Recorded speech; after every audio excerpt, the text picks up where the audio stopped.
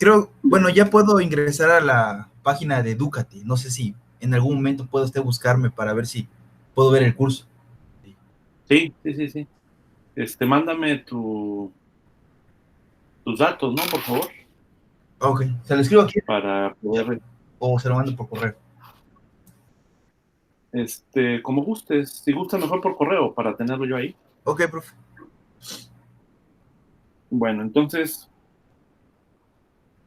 pues, habíamos introducido el experimento de Stenger-Lack y nos quedábamos en una característica importante que tiene el, los átomos de plata. Bueno, básicamente, uno puede concebir los átomos de plata, tiene 47, número atómico del átomo de plata, es 47.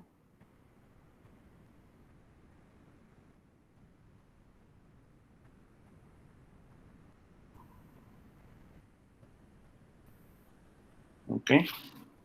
Y entonces, digamos, vamos a hacer una imagen clásica del átomo. Tenemos aquí el núcleo y por aquí tenemos toda la nube electrónica, ¿no? Entonces el resultado es, bueno, este tiene 47 electrones y un detalle para el Doctor, análisis y también por... ¿Sí? disculpe, ¿está compartiendo su pantalla? Porque no me aparece, Eh, no sé si a los demás sí. No, de hecho creo que no le está compartiendo. sí, sí, A nadie. tienes razón, nada más lo que puse es grabar, ¿no? Este, ahí está, ¿no? Ya la pueden ver, ¿no? Sí, Sí, ya. Ok, gracias, doctor. perfecto. Bien, entonces, lo que les comentaba es sobre los átomos de plata, digamos, en una imagen clásica, digamos, tenemos un núcleo con su nube electrónica, 47 electrones, y se ignora lo que es el spin nuclear, ¿no? No afecta básicamente, se puede verificar, entonces eh, se ignora este spin nuclear, ¿no? Y bueno, también hay otro punto importante, es que el átomo tiene la característica de que no hay un momento angular neto para la nube de electrones. Básicamente se puede considerar como que todo el átomo, al final de cuentas, el spin de todo el átomo corresponde al spin de un solo electrón.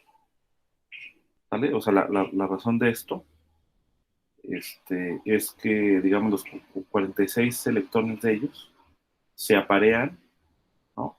Y 23 están en un estado de spin hacia abajo y otros 23 en un estado de spin hacia arriba, de tal manera que el único spin resultante es el de un solo electrón. Entonces, eh, si nosotros, mmm, digamos, podemos imaginar al átomo, si ignoramos, digamos, el hecho de que tiene una determinada masa, etcétera, o sea, este tipo de características, eh, pues esto es como si fuera solamente un electrón, ¿no? O sea, en cuanto al spin, ¿no? Digamos, ¿no? En cuanto a la manera en cómo responde el átomo ante la presencia de un campo magnético, ¿ok? Entonces, digamos, la idea es que todos estos, bueno, aquí está el núcleo, todos estos electrones, hay uno arriba, otro abajo, uno arriba, otro abajo, uno arriba, otro abajo, uno arriba, otro abajo, y mm, y solamente queda uno, ¿vale? Que está o arriba o abajo, ¿no? Pero ya no, no cancela de tal manera que todo esto tiene un momento magnético definido por la dirección en la que se encuentra el spin. Entonces, esto hace que de manera efectiva todo esto, que sería el átomo, sea equivalente a tener solamente como si fuera un electrón, ¿no? Como si fuera solamente un electrón que tiene su spin hacia arriba, en cuanto al spin nada más, ¿no? Es mucho más grande que lo que sería la masa del electrón. Pero bueno, en cuanto al spin, pues sí.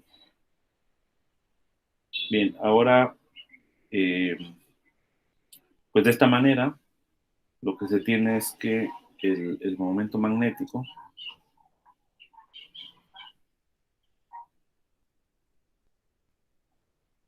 básicamente se tiene lo siguiente, que tenemos que el momento magnético va a ser proporcional a el spin, el operador de spin, que más adelante se va a definir con propiedad. Y de hecho el factor de proporcionalidad, ¿vale? El factor de proporcionalidad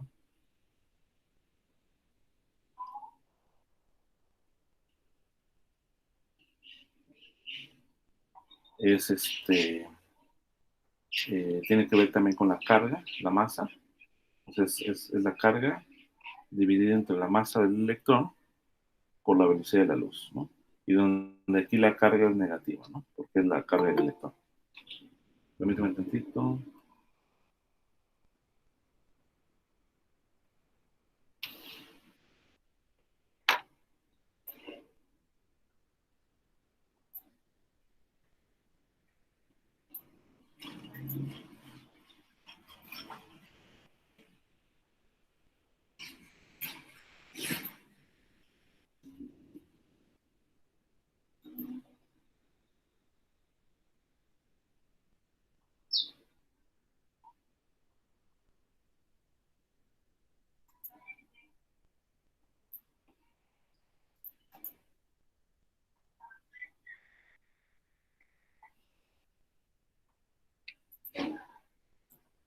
Es que como estoy simultáneamente con el examen de admisión, aunque Juan está monitoreando, pueden estar llegando. Déjenme nada más enviarle un mensaje a Juan.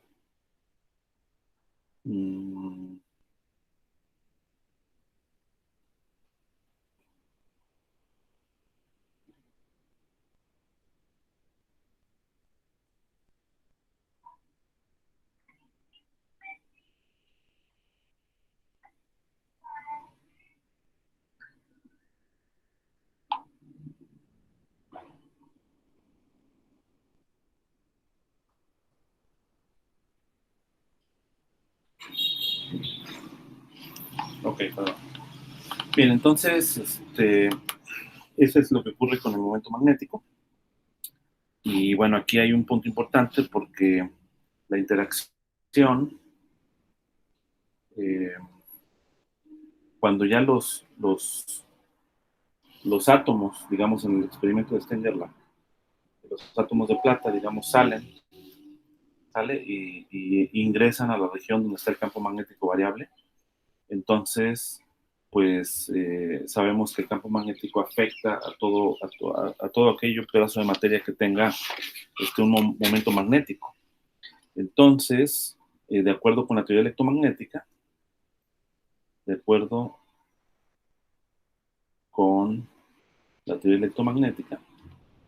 pues lo que uno tiene es que la energía, ¿vale? De interacción entre el momento magnético y el campo magnético está dado por mu punto B. ¿Okay?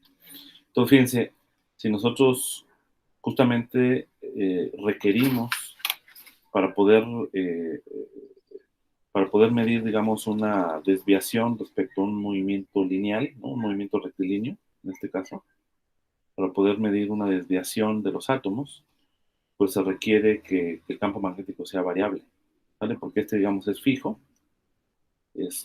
una vez que sale del horno, digamos, sale con un cierto momento magnético en alguna dirección, y para poder medir la fuerza, digamos, en la dirección Z, ¿no? Esta es la dirección Z, pues nosotros necesitamos, eh, digamos, la fuerza en la dirección Z sería menos la derivada de la energía eh, potencial con respecto a Z, ¿no? Como sabemos de mecánica clásica. Y esto, pues, nos conduce, básicamente, a decir que la fuerza es igual, bueno, aquí sería mu beta, pero B, digamos, está en la dirección Z, ¿no? Es decir, el campo magnético está en la dirección Z, pero es variable en la posición, o sea, no es uniforme. Entonces esto de acá sería mu Z por la derivada de BZ con respecto a Z, ¿no? Entonces requerimos, digamos, que el campo magnético varíe para que haya una fuerza distinta de cero. ¿Okay? Si hay una fuerza distinta de cero en la dirección Z, ¿sale? Quiere decir que hay una fuerza en esta dirección, hacia arriba, ¿vale? O, dependiendo de cuál sea el signo del mu, puede ser hacia abajo, ¿no? Entonces, desde mu Z, bueno, ahorita vamos a ver esa parte, para ver en qué direcciones se pueden mover, ¿vale?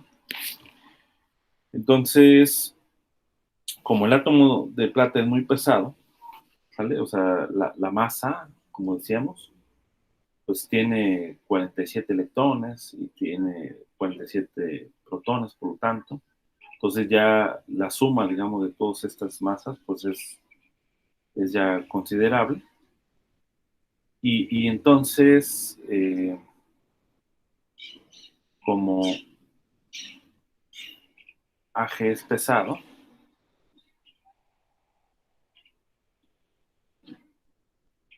entonces se espera una trayectoria clásica, ¿no? Un comportamiento clásico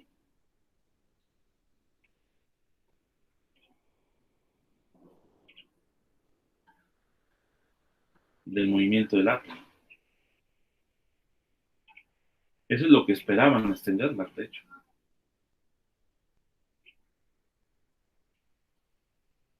Claro, la técnica en esa época les permitió justamente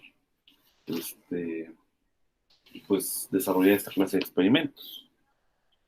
Entonces, ¿qué significa que sea el comportamiento clásico? Bueno, claro, ¿no? Que siga las leyes de Newton, pero también, bueno, digamos, esta no es una presentación histórica, ¿no? Digamos, a posteriori se sabe que se cumple el principio de incertidumbre de Heisenberg. Entonces, que tenga comportamiento clásico significa de acuerdo con los límites establecidos por el principio de Heisenberg, ¿no?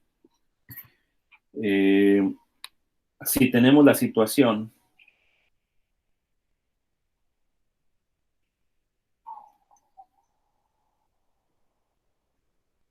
donde mu z es mayor que 0 y la derivada de bz con respecto a z es mayor que 0, entonces el producto de dos números positivos es positivo, pues esto implica que fz sea mayor que 0, entonces el movimiento va a ser hacia arriba.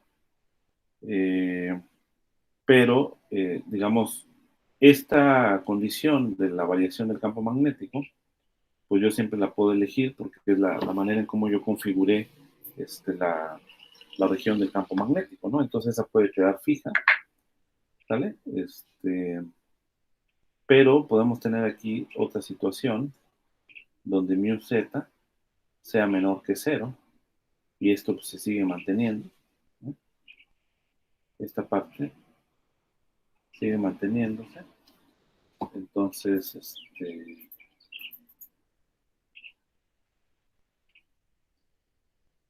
aquí se sigue manteniendo. Y esto pues va a dar lugar a que Fz sea menor que 0, ¿no? Entonces esto pues simplemente lo que significa es que cuando sale el rayo por aquí, llega a la región de campo magnético, lo que se va a observar es que va a haber átomos que se muevan hacia arriba, ¿vale? Y otros átomos que se muevan hacia abajo, ¿ok? Porque la fuerza justamente pues tiene estos dos signos, ¿no? Dependiendo de mu z, ¿no? Y en el horno pues no vas a producir, acá del horno no vas a producir átomos que tengan solamente un momento magnético dado, ¿no? Constante mayor que cero. De hecho, lo que se espera es que, como es una partícula que se puede pensar como clásica, el átomo de plata, entonces se espera que barra, digamos, en todas las direcciones. O sea, es decir, en todas estas direcciones, ¿no? Que se barra esta región desde mu z menor que cero, pase por cero hasta mu z mayor que cero, es decir, sea un continuo de valores el momento magnético. ¿Okay? Esa es la expectativa que se tiene acorde con los valores de continuidad que tiene el momento magnético desde el punto de vista clásico. Entonces, lo que hace el experimento de Stein-Gerlach en dos palabras, básicamente,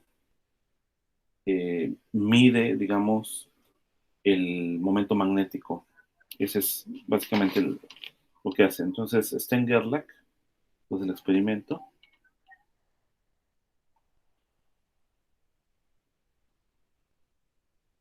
voy a llamarle, bueno, Stein-Gerlach, y vamos a llamarlo de aquí en adelante SG nada más. El experimento de Stein-Gerlach mide la componente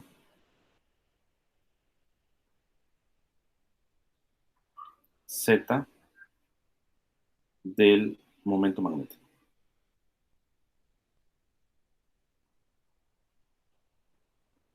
Mu barra en este caso. ¿Ok? Y bueno, ¿cuál es el resultado, ¿no? Del experimento? O sea, esa es la expectativa, ¿no? Que va a barrer aquí todo esto. El resultado del experimento es lo siguiente, ¿no? O sea, en el horno, digamos, en el horno, ¿sí? Los átomos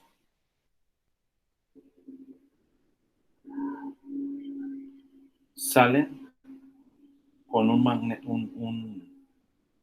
momento magnético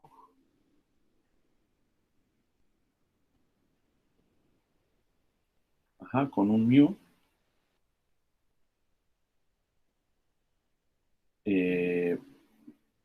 bueno, más bien, no tanto que salgan, déjenme borrar esta línea.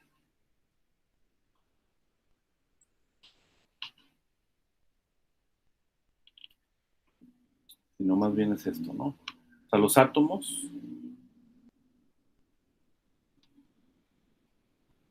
en el horno son orientados aleatoriamente. O sea, es decir, en el horno no está configurado de tal manera que los átomos salgan con una dirección preferencial, ¿no? En otras palabras, no hay dirección preferencial de mu.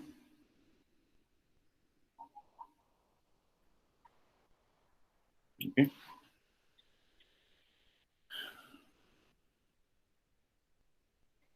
Entonces, pues lo que decíamos, ¿no? O sea, digamos, se va a esperar que haya valores desde menos mu, o sea, la magnitud de mu, hasta mu.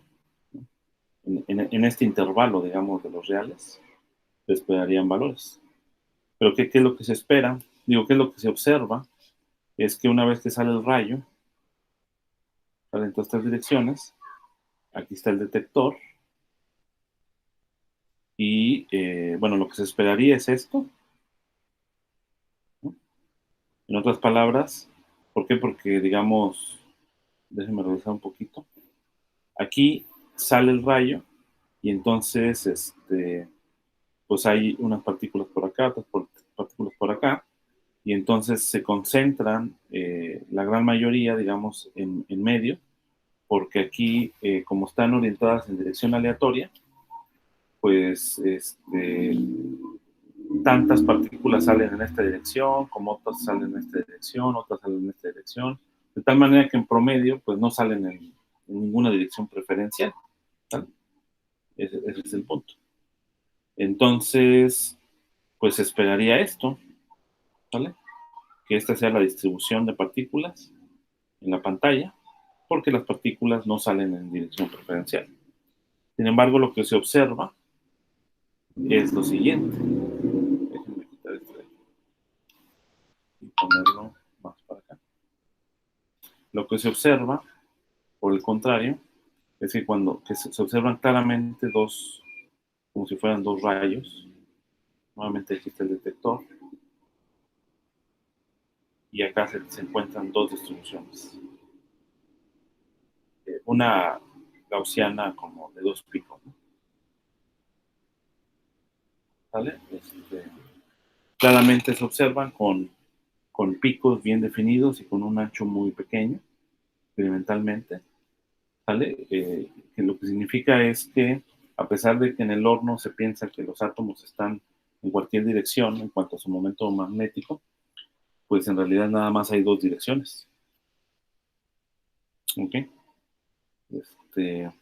Este de acá es el rayo, vamos a decir, el rayo de Stenger-Lach. ¿Ok? Bien, entonces, o sea, en otras palabras, lo que te quiere decir esto es de que hay dos valores bien localizados. Hay dos valores bien localizados del momento magnético. ¿Ok? Dos valores bien localizados del momento magnético. Cosa que no se esperaba porque el átomo lo podían haber pensado como un átomo clásico.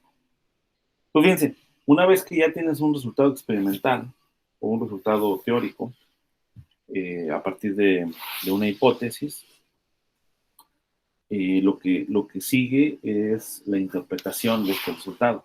¿Cómo interpretamos el resultado, no? Entonces, como tenemos dos momentos magnéticos bien definidos, ¿vale? Con valores bien definidos, entonces, lo que significa, y bueno, ese es por un lado, ¿no? Tenemos dos momentos magnéticos bien definidos. Por otro lado, la característica del átomo de plata, en la que los 46 electrones están como apareados y por lo tanto no hay o sea, se piensa como si fuera el spin de un solo electrón. Entonces, lo que está midiendo el aparato de Stenger-Lach es el spin del electrón, ¿vale? Ese es el asunto. Y entonces lo que nos está diciendo, lo que se puede interpretar de esto, o sea, el resultado del experimento muestra que el electrón admite dos estados de spin bien definidos, ¿vale? Hay dos valores bien localizados del momento magnético, o bien que el electrón admite dos estados de spin bien definidos, ¿vale? Que, bueno, pues les tenemos que dar, de alguna manera tenemos que darle algún nombre, ¿no? Por ejemplo, SZ más, SZ menos, ¿ok? Y los dos posibles valores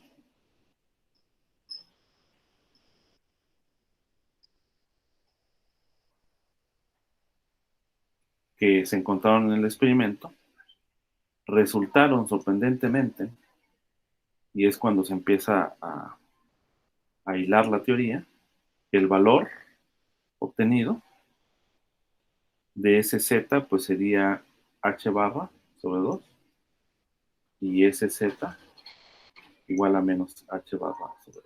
¿No? O sea, ¿cómo se identifica digamos, número, digamos, SZ, el spin? Pues acuérdense que teníamos la expresión, ¿vale? Que es menos mu punto B, ¿no? Entonces aquí lo que dijimos, mira, este mu es el que se identifica con ¿cómo se llama?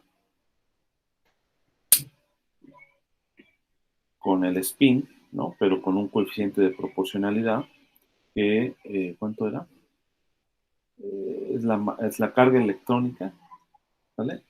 Dividido entre la masa del electrón, la velocidad de la luz y el operador de spin, ¿no? Entonces la componente Z, aquí está el SZ, y aquí hay un factor, digamos, de proporcionalidad que tiene que ver con características del electrón, ¿no?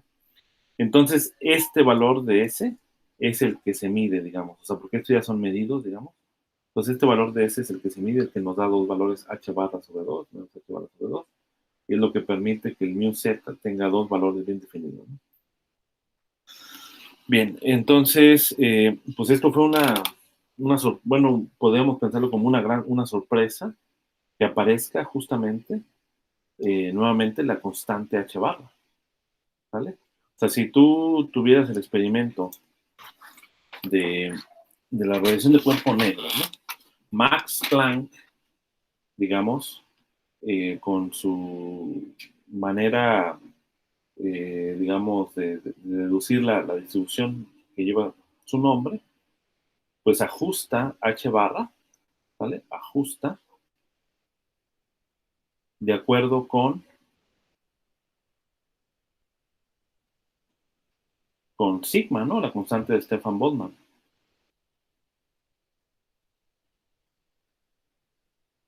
Y la constante de Stefan Boltzmann se había medido experimentalmente en los experimentos de radiación de cuerpo negro.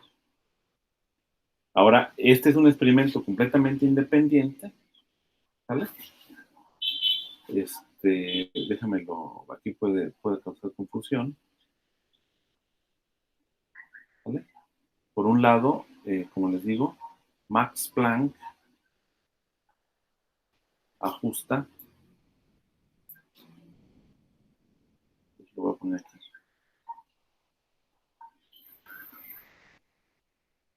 ajusta H barra ajusta de acuerdo con sigma, ¿no? Y luego este otro experimento mide H barra, ¿vale? Es decir, Stenger-Lach mide H barra. ¿Vale? ¿Y qué resulta? Que la H barra que está aquí y la H barra que está acá es exactamente la misma. Entonces, eso te habla de que hay una teoría, ¿no? O sea, esto es en el año 1921, dijimos, ¿no? En el año 1921 todavía no se construía la mecánica cuántica. Se construye a partir de la ecuación de Schrödinger, ¿no? Que fue publicada en el año 1926.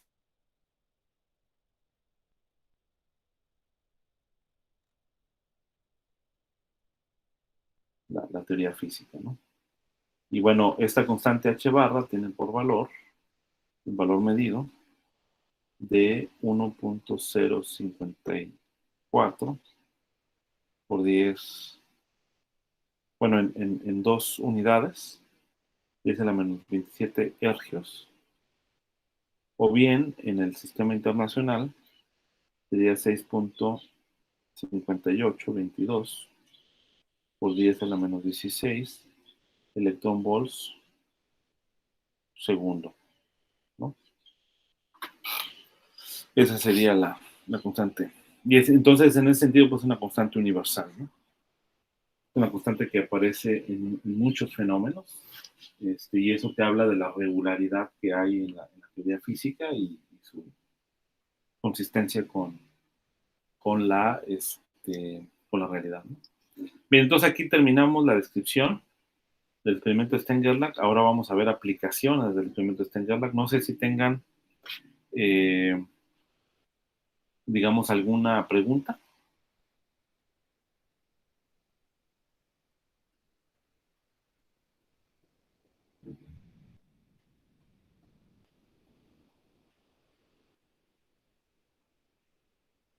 ¿Todo bien? Yo sí tengo como que una duda. A ver, adelante. Bueno, se vio que el electrón admite dos estados, entonces, bueno, si al final se trabajó con el spin de un electrón, ¿por qué usar la plata y no creo que es el hidrógeno el que tiene un electrón? Ah, no, porque O lo que para pasa es, que se tratara como clásico. no, bueno, no tanto eso, sino el, digamos, mm, quiero pensar que, bueno, si quizás se puedan hacer experimentos con Stenger-Lack, utilizando otro tipo de átomo, ¿no? Seguramente. Pero bueno, tienen sus dificultades, ¿no? O sea, digamos que la técnica que se conoció en su momento, pues permitía manejar la plata, o sea, la plata pues en estado ambiente es sólido, ¿ok? Entonces, en el horno pues simplemente se licúa, ¿no? Se calienta al grado de que con eso controlas la salida de los átomos, ¿no? En el caso de hidrógeno quizá es distinto el proceso, o sea, el controlar, digamos, a los átomos, como es un gas, necesitas otras características para poder controlar al gas, ¿no? Entonces eso posiblemente es una de las razones técnicas por las cuales los experimentales decidieron usar plata, pero en realidad, pues, digamos, en principio, esto funcionaría para cualquier átomo, ¿no? O sea, para cualquier electrón, ¿no? Ahora, también hay otra característica en el caso del átomo de hidrógeno, y es que, bueno, el átomo de hidrógeno, como tú dices, tiene un solo electrón,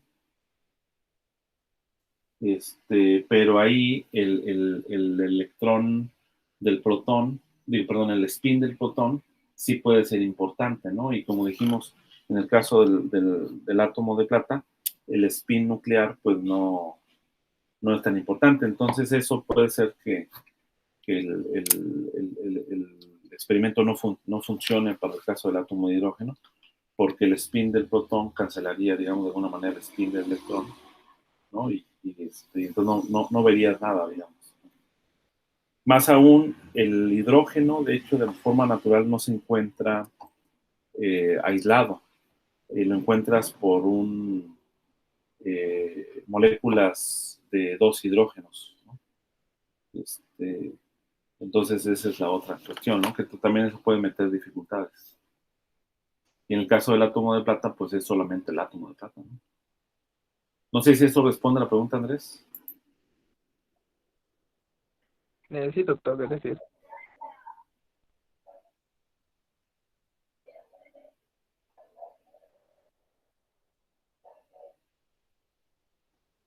Perdón, es que estoy monitoreando acá a los chavos del examen de admisión. Bien, entonces, el experimento secuenciado de Stenger-Lack, ¿en qué consiste? Pues vamos a hacer una imagen también aquí.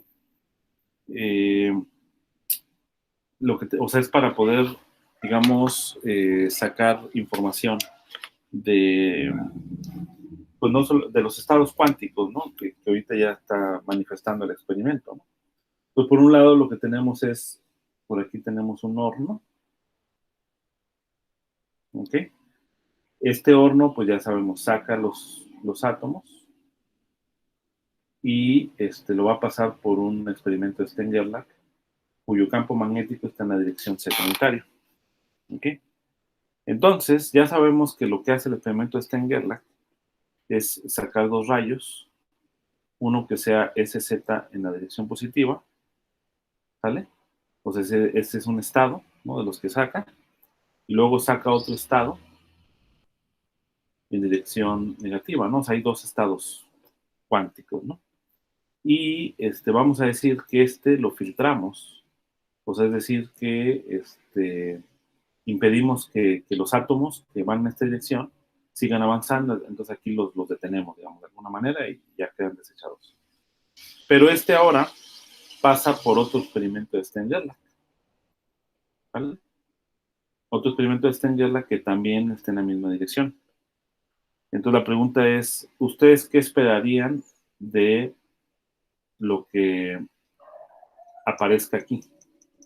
Es decir, ¿cuál es el estado que va a medir el experimento, este segundo experimento de Stern-Gerlach, una vez que pasen los átomos que tienen el estado positivo, o sea, como la espina hacia arriba, del electrón? A ver, vamos a ver una pregunta para, así de manera aleatoria. Tadeo, a ver, ¿tú qué opinas?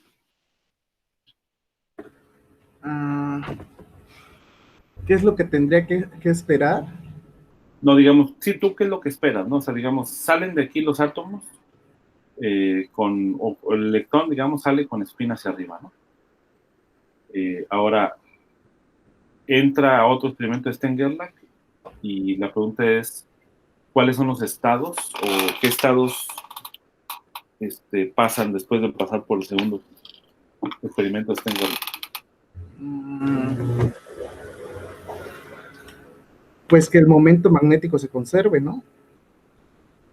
Ok, pero ¿en qué estado? ¿Cuál sería el estado del electrón después de que pase este segundo experimento?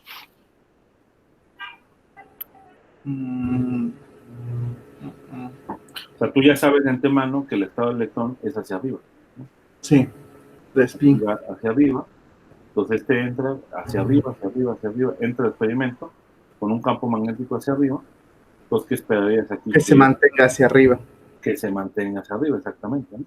Entonces tú esperas que este de acá se mantenga hacia arriba, ¿vale?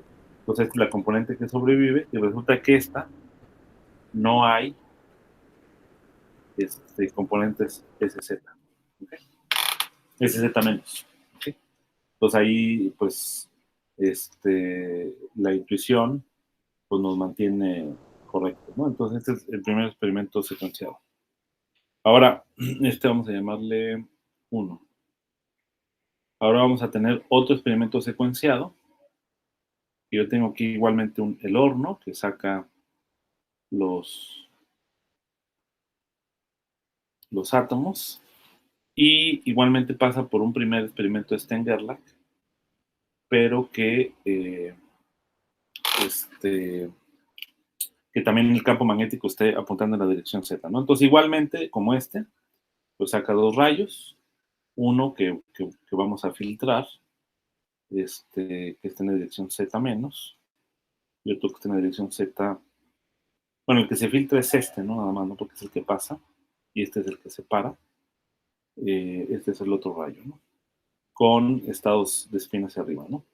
Entonces ahora, pero no lo voy a pasar por un aparato de Stern-Gerlach en la dirección Z, sino lo voy a pasar por un aparato de Stern-Gerlach, pero que esté en la dirección X. ¿Ok? X. Es decir, ahora el campo magnético va a apuntar en la dirección X. ¿Cuáles son los estados que se esperan obtener ahora en estas dos direcciones? A ver, ¿quién participó? Tadeo, Esponda ya ha hablado. A ver, Jeremías.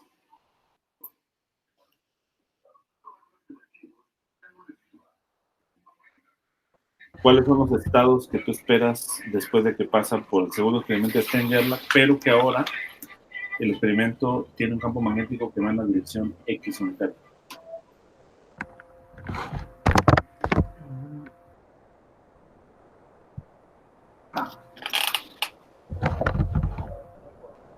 Que no haya. Que no haya, o sea, pero ¿cómo? O sea, en algún estado tiene que estar, ¿no? Que sea cero, ¿no? No, pero a ver, o sea, ya vimos que el experimento, en la descripción del experimento, hay dos posibles, ¿no? Sí, que sea hacia arriba, ¿no? Y hacia abajo no se espina. No existe la opción de cero, pues, ¿no? Entonces hay dos posibles hacia arriba o hacia abajo, ¿no?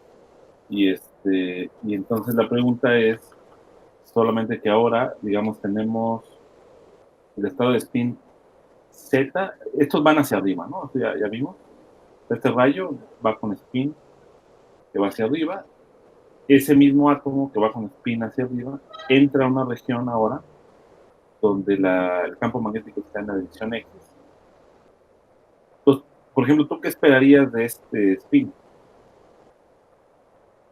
¿No?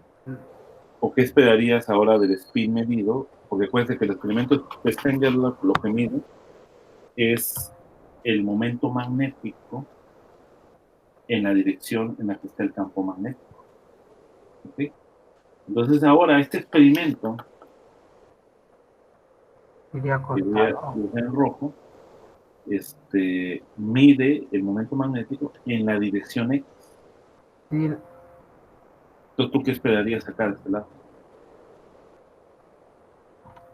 que se invirtiera el signo de la flecha, ¿no? Acostado, ¿no? Yo diría que, Ajá. perdón, Sí, claro. pues yo diría que pues tendríamos la dirección en X y la dirección, en X positiva y en X negativa. Exactamente.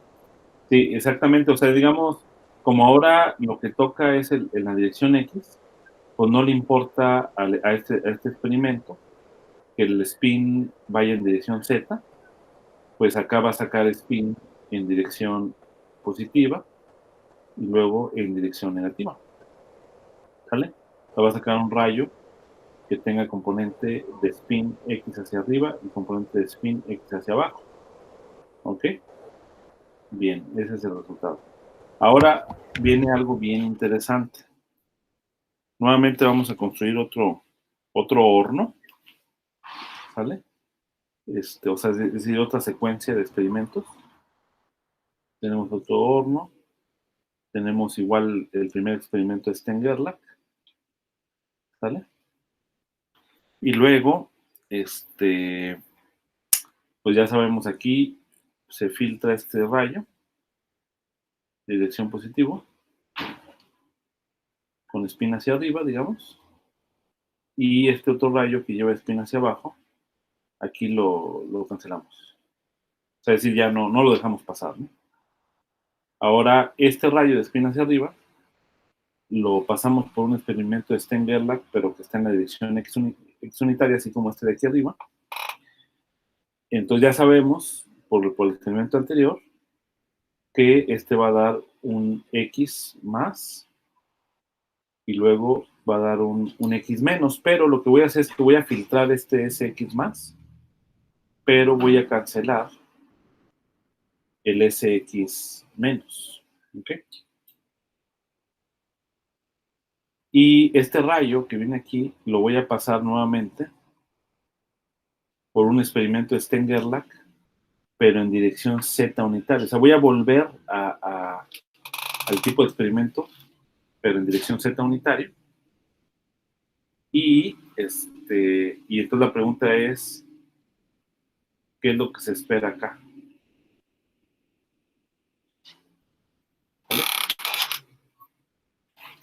¿Ustedes qué opinan? Vamos a ver, Miguel Raúl.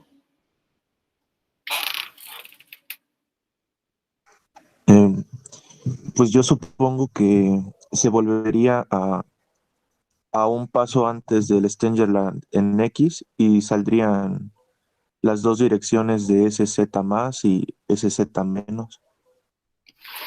Ok, a ver qué opinan los demás. O sea, porque acuérdense que aquí, fíjense, el asunto es el siguiente, o sea, aquí ya pasó por un Stengerlach, ¿no?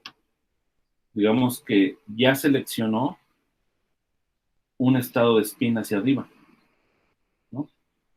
Entonces, este SZ más ya está hacia arriba, entra este Stengerlach ya con este estado de spin hacia arriba.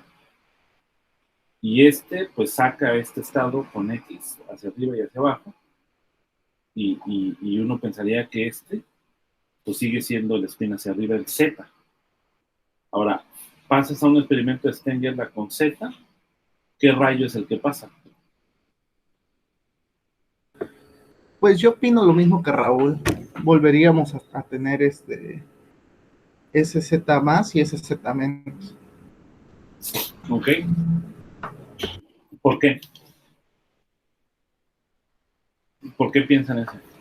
porque es el mismo, o sea, lo estamos volviendo a pasar sobre el mismo experimento y ya tenemos en principio el comportamiento del spin en cuanto lo hacemos pasar sobre un campo magnético en dirección a la que apunta. O sea, vimos en el experimento número 2 que de Z pasamos a una dirección en X, salimos con las dos componentes, después volvemos a hacer que pase sobre un campo en dirección en Z, y pues es lógico pensar que tendríamos el mismo resultado, pero en esa dirección.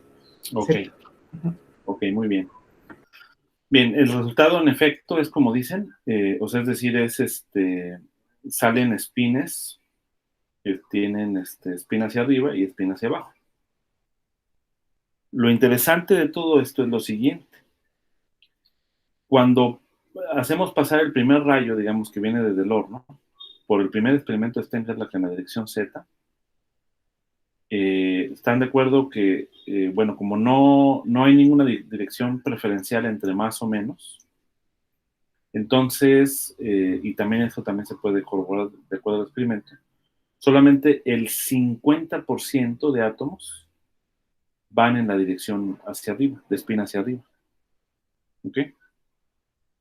Entonces, digamos, lo que indica que el 50% de los átomos van de Z más, y estos están caracterizados porque tienen un SZ más, ¿vale? Y un SX más cuando ya salen del segundo experimento de Stengler, ¿vale? Ese es el primer 50, ese es el 50%. Pero cuando aparecen de aquí, ¿sale? El otro 50%, ¿sale? SZ más con SX menos, ¿vale? Entonces,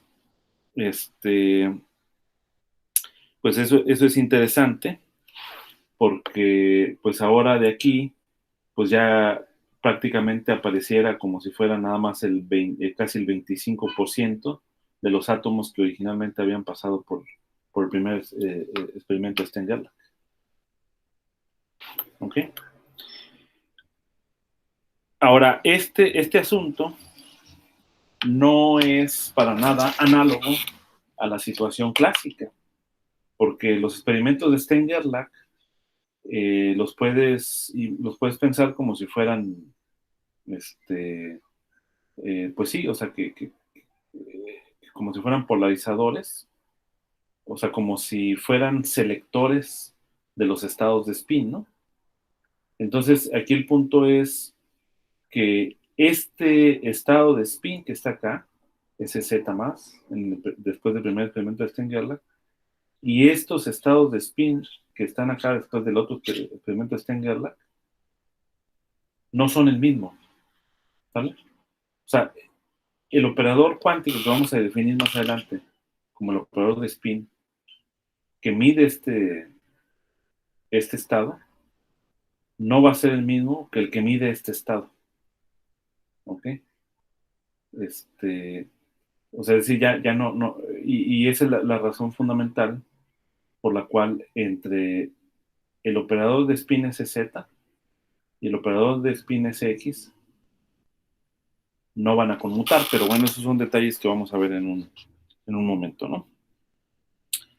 Bien, entonces, pues esta es una sorpresa completamente, puesto que el rayo que emerge de la primer experimento Stengler, pues nos habíamos asegurado que saliera solo componente SZ más, ¿no? Sin embargo, ya vemos que en el segundo experimento, en el último experimento de Stengler, salen los dos, ¿no? Entonces, en otra intuición, digamos, pues en otra forma de intuir las cosas, uno esperaría que no apareciera, pero el punto es que sí aparece. ¿Ok? Entonces la pregunta aquí es, ¿cómo es posible? ¿Vale? ¿Cómo es posible?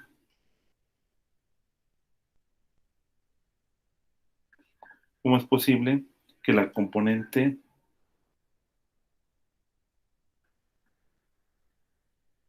SZ menos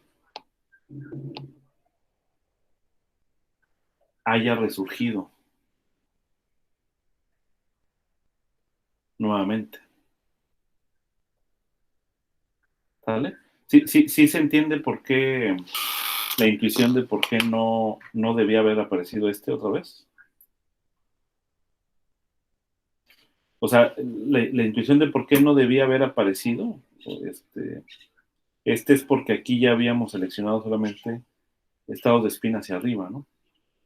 Pues digamos que los átomos que vienen acá, pues ya llevan su spin en Z hacia arriba. Entonces, de alguna manera, cuando llegas aquí, a este aparato SX, vamos a decirlo, tenemos el estado SZ más, digamos de alguna manera, y el SX más. O sea, en cuanto a la componente Z, ya tenía el spin hacia arriba. Entonces, entras a este segundo experimento de Steng-Gerlach, y pues como el spin en Z ya está hacia arriba, pues uno esperaría que solamente apareciera el spin hacia arriba. Pero ven, como ustedes lo dijeron, pues el resultado experimental es que aparecen los dos estados de spin, este y este. Entonces, es una pregunta natural hacerse de por qué el estado, por qué el estado de spin hacia abajo vuelve a resurgir. ¿Ok? ¿Sí se entiende ese punto? Sí. Sí. Ok. Bien, entonces la respuesta, ¿sí? Doctor, y bueno, el hecho de que se cancele SZ menos, me imagino que es solo como simplicidad, ¿no? Sería análogo si se cancelara SZ más. No, o sea, bueno, a ver, el hecho en este tercer experimento secuencial, el hecho es ese, ¿no? O sea, el hecho es de que aparecen los dos, ¿no? Aparece ese. Bueno, no, me refiero a que solamente se está trabajando mandando el rayo de SZ más. Ah, sí, exactamente. Sí. Sí, o sea, ese es el punto, ¿no? Ajá. O sea, digamos, aquí, pues ya cancelaste el rayo de CZ menos. Entonces, digamos, van los electrones solamente con spin hacia arriba en dirección Z. Ese spin hacia arriba uno esperaría que se mantuviera cuando pasa por este experimento de Steng-Gerlach en dirección X. Y que aquí, pues ¿cómo se llama? El spin en dirección X, pues nada más es hacia atrás o hacia adelante, ¿no? Vamos a pensar que, digamos, como en el espacio tridimensional, ¿vale? Entonces este es el eje Z, entonces ya va hacia arriba, ¿no? El spin hacia arriba. Ahora el experimento de Steng-Gerlach mide esta dirección, ¿no? En X. Entonces al medir en esta dirección, pues selecciona entre esta o la anterior, ¿vale? O esta, que es la dirección negativa. Entonces lo que selecciona es esta de acá. Pero uno diría, bueno, pues la dirección en Z, pues queda inalterada, ¿no? O sea, es decir, ¿por qué? Porque el experimento Steng-Gerlach midió esta, no, ¿qué tiene que ver con Z, no? Entonces mide esta, y entonces ya, en principio, los átomos que están acá, intuitivamente, pues pasan con un spin hacia arriba en Z y con un spin en dirección X, positivo también. Entra acá al otro experimento de Steng-Gerlach, y pues, ¿por qué van a aparecer SZ menos si ya está en dirección Z positivo? ¿Sí se entiende? Doc, es como si cada vez que pasa por, disculpe, es como si cada vez que pasara se reconfigura, ¿no? O sea, es como si diese ¿cómo se dice? Sí, no le importa lo que está atrás.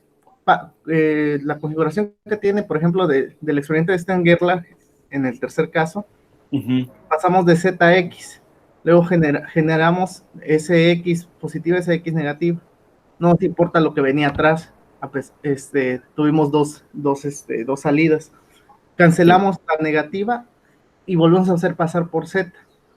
pero Sí, tampoco nos importa lo que esté atrás. Y volvemos y posteriormente, pues no nos importa lo que pasó al principio. Son como las observables, ¿no? Que ya nos da la interpretación de que no nos importa dónde estaba la partícula antes. sí, es algo así más o menos, sí, sí, sí. Sí, sí, sí, en efecto, el hecho, este resultado experimental, que es contraintuitivo, digamos, porque no podemos explicarlo, o sea, es decir, digamos, como digo, o sea, podemos decir que no importa que aquí el rayo haya ido con Z más, ¿no? Positivo, pero no hay manera de explicarlo que aparezca Z menos, ¿ok? Y la explicación justamente es que no podemos determinar de manera simultánea, como estoy aquí haciendo, el operador SX y el operador SZ, ¿vale? O sea, lo que significa en esencia de que no se pueden determinar de manera simultánea es que hay una relación de incertidumbre de SZ y SX. O sea, es decir, que si yo mido SX, entonces yo ya no puedo localizar SZ. Si yo mido SZ, entonces ya no puedo localizar SX. ¿Vale? O sea, esa es la relación de incertidumbre, ¿no? Como va a ser un tipo de relación de incertidumbre de Heisenberg. Acuérdense, la relación de incertidumbre entre momento y posición, pues es de que yo puedo medir la velocidad con mucha precisión, pero no puedo decir dónde se encuentra localizada la partícula. O puedo decir, mira, la partícula se encuentra localizada en tal sitio, pero no puedo decir dónde se encuentra, con qué velocidad tiene, ¿no? Entonces, eso es la relación de incertidumbre, y eso es lo que está pasando aquí, es lo que está manifestando, digamos, este tercer experimento secuenciado de Stenger-Lach, de que no puedo medir, cuando llega aquí, pues yo ya no puedo medir SX, o sea, se borra, como dices, toda información que traía de SX cuando llega acá. ¿Por qué? Porque por el principio de incertidumbre de Heisenberg, ¿no? Entonces, eso lo vamos a ver matemáticamente de manera muy precisa, cómo se expresa la incertidumbre entre estos dos operadores y esencialmente entre dos operadores físicos, dos observables, como mencionan, que digamos que no conmuten entre sí, va a haber una incertidumbre. No sé si hay alguna otra pregunta al respecto. ¿Otra observación?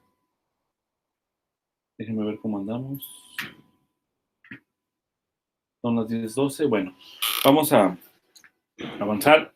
Y porque otra de las consecuencias del experimento de Stenger-Lach, ¿sale?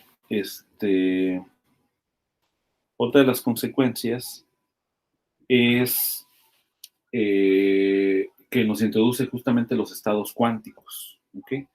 Y para poder introducir los estados cuánticos vamos a hacer una analogía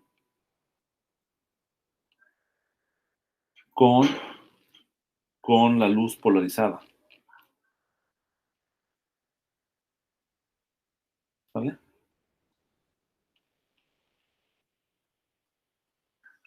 Bien, entonces, con la luz polarizada, bueno, pues lo que hacemos es, consideremos luz monocromática.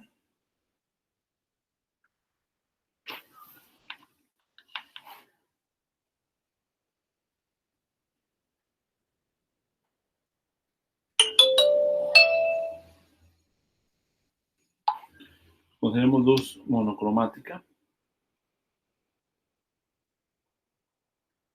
¿Ok?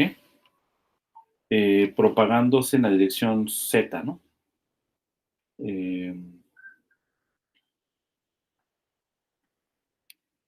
¿Ok? Bien, entonces, pues vamos a pensar una onda plana. Ya saben, de acuerdo con la teoría electromagnética, pues yo lo que tengo es una amplitud y como se propaga en la dirección Z, quiere decir que el vector de onda K está en la dirección Z, ¿okay? Z unitario, ¿no? Y por lo tanto, pues la luz no es más que una manifestación del campo electromagnético. Entonces quiere decir que el campo eléctrico, si tengo una polarización lineal,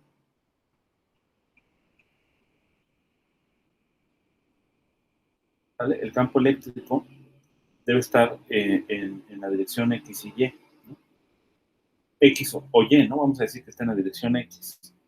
Y aquí tengo coseno de KZ, porque está en la dirección Z, de omega de T, ¿no?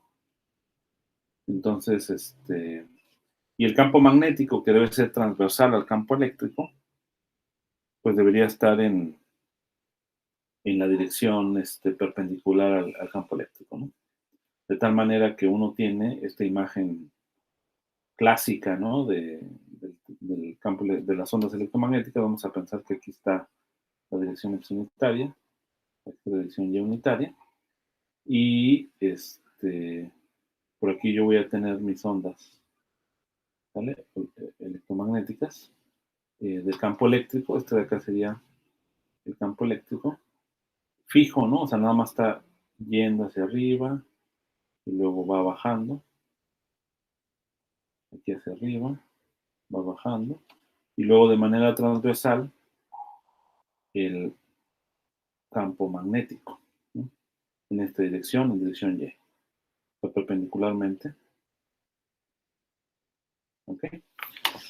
Y ahí se va propagando en la dirección Z, que sería esta dirección aquí, en esta dirección Z, ¿ok? Entonces, esa sería una polarización lineal en dirección X. Una onda polarizada en dirección Y, pues sería que ahora se intercambien los roles. Esta es polarización lineal en dirección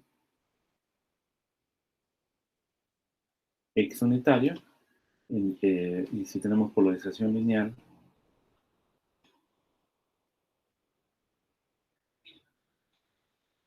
en Y unitario, pues ahora vamos a tener que el campo eléctrico va a tener su amplitud, ahora va a estar en dirección Y unitario, ¿vale? Y también tenemos aquí coseno de KZ igual, ¿no? Y aquí pues igual, ¿no? El campo eléctrico, el campo magnético debe ser perpendicular al campo eléctrico. Y bueno, esta solamente se refiere, esta imagen se refiere solamente a esa parte, ¿no? Bien, ahora podemos poner imágenes, ¿sí? O sea, digamos que yo tengo aquí un filtro, que va a ser ¿cómo se llama?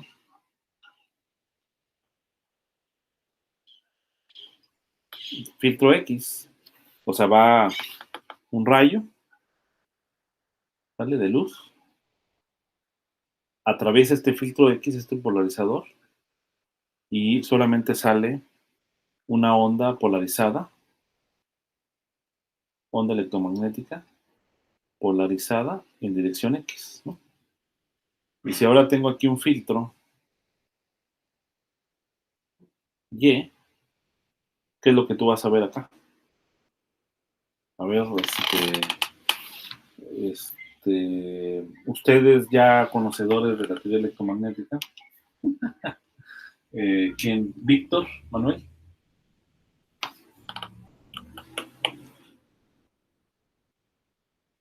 ¿Qué es lo que observarías aquí? Pues en ese caso ya saldría como una onda polarizada en el eje Z, ¿no? Perdón, es que ya no escuché.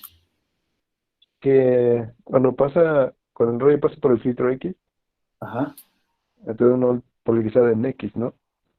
sí, Y después esa luz polarizada en el eje X pasa por el filtro Y, pues entonces yo bueno, puedo recordar es que la onda electromagnética ya estaría polarizada en el eje Z. Pero aquí no hay eje Z. O sea, Ah, la luz va en la dirección Z, pero ya, el campo eléctrico va en dirección X o dirección Y, ¿no? ¿Ok? ya. O sea, uno puede pensar Ujú. que este de acá sería la dirección hacia acá, sería la dirección Z, ¿no? Porque hacia acá se va moviendo la luz para poder verla, pero este eje sería el eje X y este de acá sería el eje Y. Entonces digamos que acá entra la luz, la polariza en la dirección X y entonces el campo va en esta dirección. Pero llega acá y la polariza en la dirección y uno esperaría que fuera hacia abajo, pero ¿qué es lo que tú verías?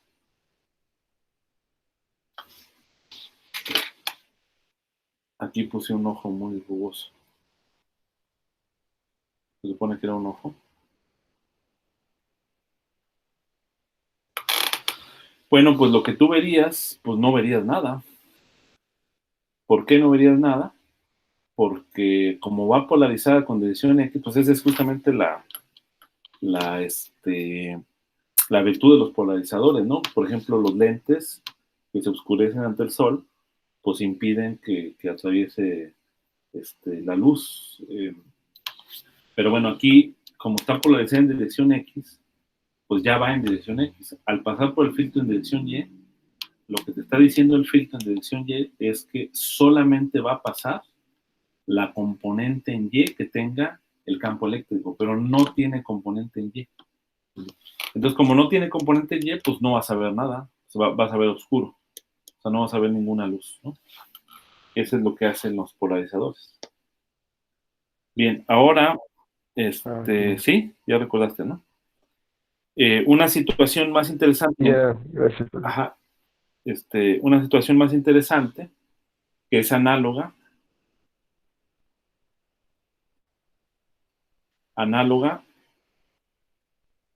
al caso cuántico,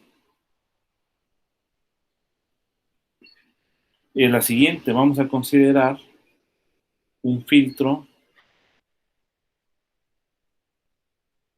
¿sale? En dirección X. Después va a pasar por un filtro que le vamos a llamar dirección X primado.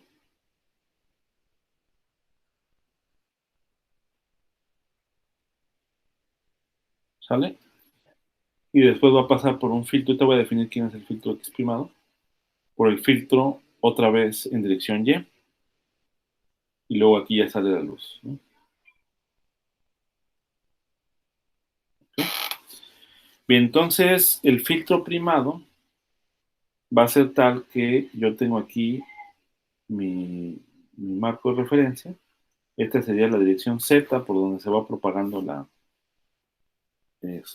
onda electromagnética. Esta es la dirección X, dirección y la dirección X primada la voy a poner entre X y Y. ¿Ok? O sea, en otras palabras, esta también es una polarización lineal, ¿no? Pero que tiene componentes X y componentes en Y. ¿Ok? Ese es el asunto.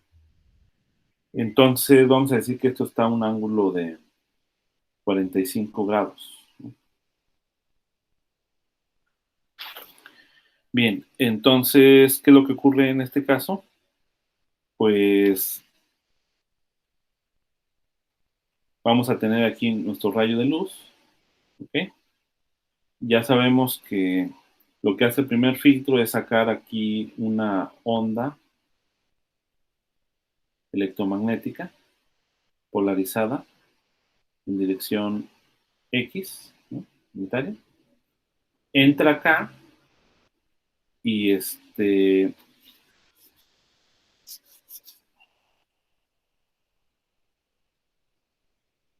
y,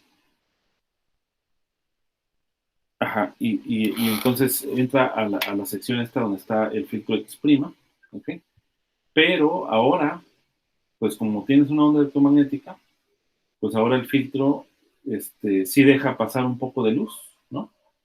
Deja pasar un poco de luz porque ahora la polarización está en dirección X y en dirección Y, ¿vale? O sea, es decir, en otras palabras, en este caso el campo eléctrico pues debe tener componentes X y Y. Entonces, cuando pasa por el filtro X primado, pues sale de aquí la onda, ¿ok? Y luego entra al filtro Y. Entonces la pregunta es, ¿qué es lo que vas a observar en el filtro Y? A ver, vamos a ver, Esponda. Andrés.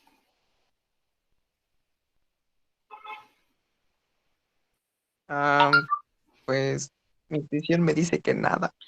Bueno, exactamente esa es la intuición que uno tenía en mecánica cuántica.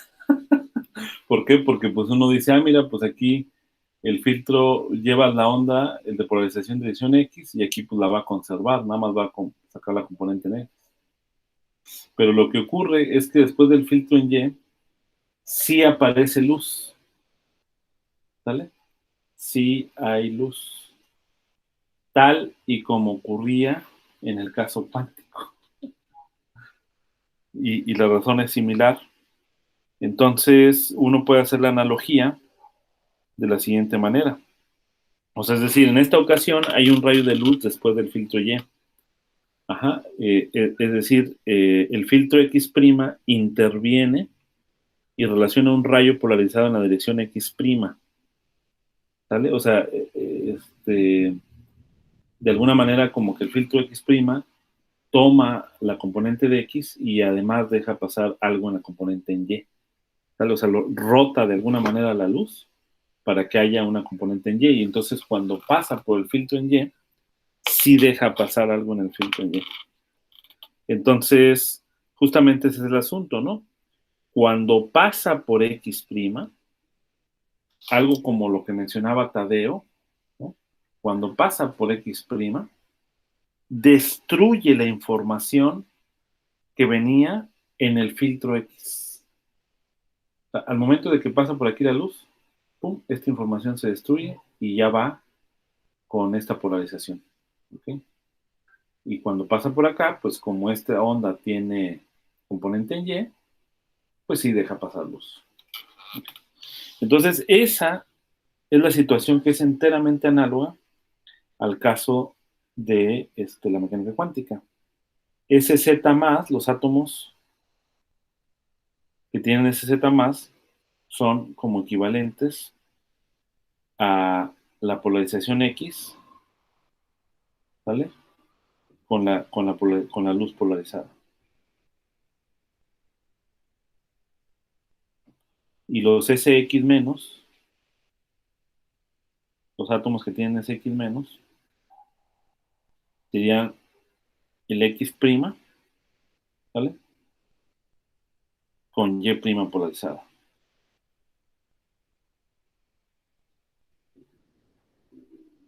¿Ok? Bueno, haciendo esta analogía,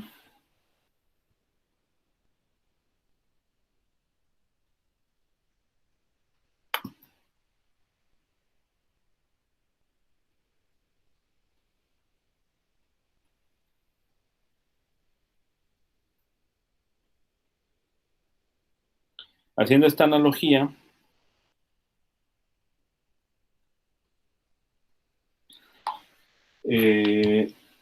podemos introducir justamente la idea de los estados cuánticos. ¿Por qué? Porque, miren, fíjense, de acuerdo con la teoría electromagnética,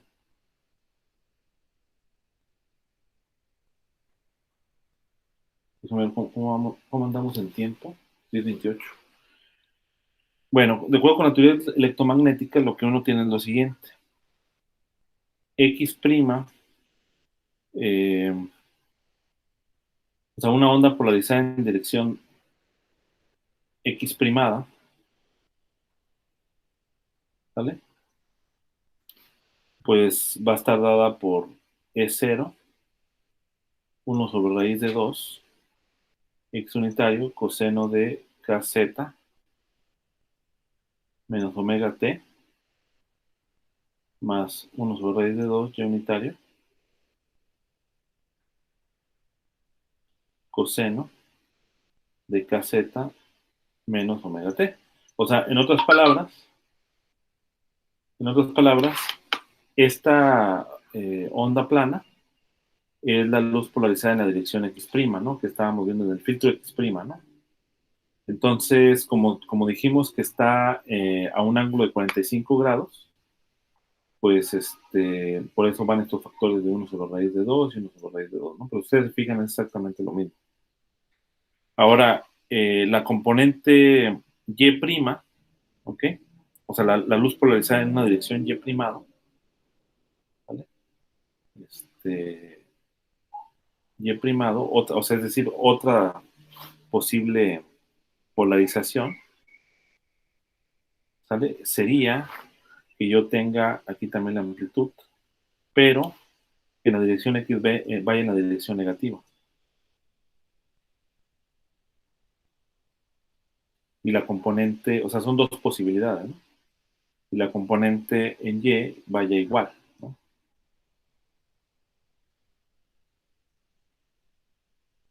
¿Por qué estas dos posibilidades? Porque pues puede ir en una dirección o en otra, ¿no?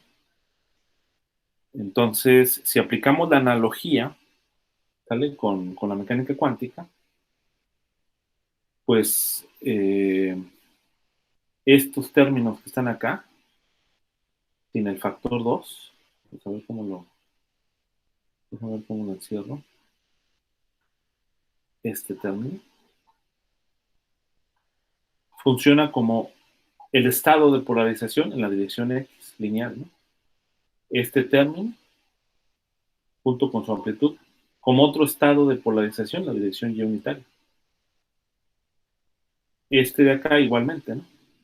Entonces, esos términos, en analogía, en la mecánica cuántica, serían los estados cuánticos que tiene el spin. ¿Sale? Entonces, aplicando la analogía y junto con el experimento secuencial de Stern-Gerlach, pues se pueden representar el estado del spin, ¿sale? Como un tipo de vector, ¿no? Tal y como se hace en el caso de la onda electromagnética. Estos son vectores, ¿no? Pero son vectores en el espacio. Entonces acá también se podría representar como una especie de vector, pero un vector abstracto, un espacio vectorial abstracto que tiene que ver con los estados de spin, así como en el caso de la luz, son los estados de polarización que tiene la luz. En esta analogía, lo que tendríamos serían los estados de spin. Entonces, de esa manera, podemos representar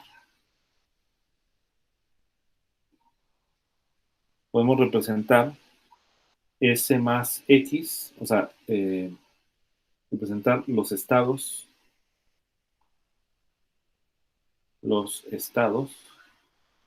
de S más X por SX más, ¿ok?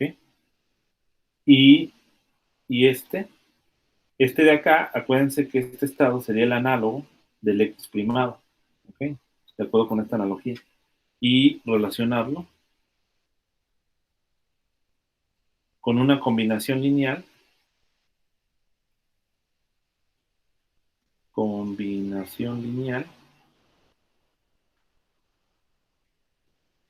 de los estados de S más, ¿vale? De S más Z, que son SZ más y SZ menos, ¿vale? Entonces, ¿cuál sería la combinación? Si hacemos la analogía, o sea, es decir, este estado SZ más, pues es la polarización de la onda en la dirección X, y este de acá es la polarización de la onda en la dirección Y, ¿vale? Y entonces en la analogía lo que tendríamos es que SX más sería, aquí pregunta, 1 sobre raíz de 2, sz más 1 sobre raíz de 2, sz menos. Y también sx menos, como menos 1 sobre raíz de 2, sz más 1 sobre raíz de 2, sz menos. Entonces, en analogía con la expresión de la onda electromagnética, ¿no? Es lo que se obtiene. La siguiente pregunta natural es cómo representamos ahora los estados SY más y SY menos, ¿no? O sea, ahora en la dirección Y. Pero bueno, por argumentos de simetría entre X y Y, dado que pues, no hay una dirección preferencial, pues el SY más menos, pues también se va a poder representar igual, ¿no? Como en el caso de SX.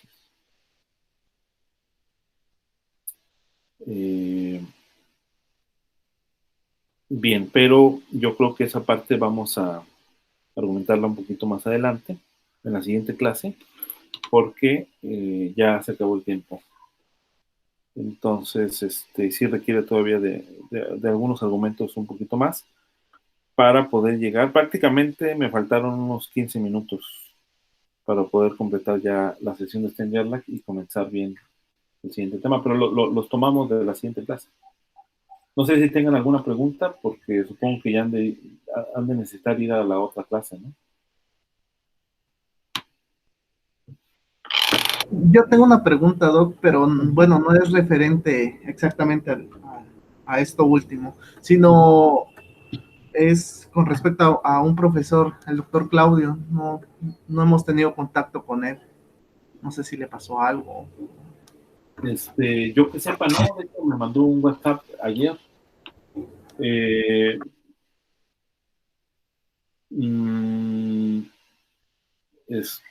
¿Cómo se llama? Yo creo que tendrían que escribirle para que pregunten cómo va a ser la dinámica de su clase, ¿no? Porque, pues yo sí me acuerdo que en pasillo le comenté que iba a estar haciendo estas sesiones, que me parecía lo más conveniente utilizando la tableta gráfica, porque es lo más similar a lo del clase presencial, ¿no? Pero él me comentó que él creo que lo iba a dar más como a distancia, algo así, ¿no? Pero no sé si también iba a tener reuniones por videoconferencia una vez a la semana o algo así. El caso es de que yo lo que sugiero es que mejor le pregunten cómo va a ser la dinámica, porque hasta donde entiendo no todos han podido, ¿cómo se llama? Ya todos están inscritos en Edúcate. En mi caso ya tengo acceso a la plataforma. A ver, miren. Déjenme, ya voy a apagar la camarita para atender estos otros asuntos. Y vamos a detener la grabación.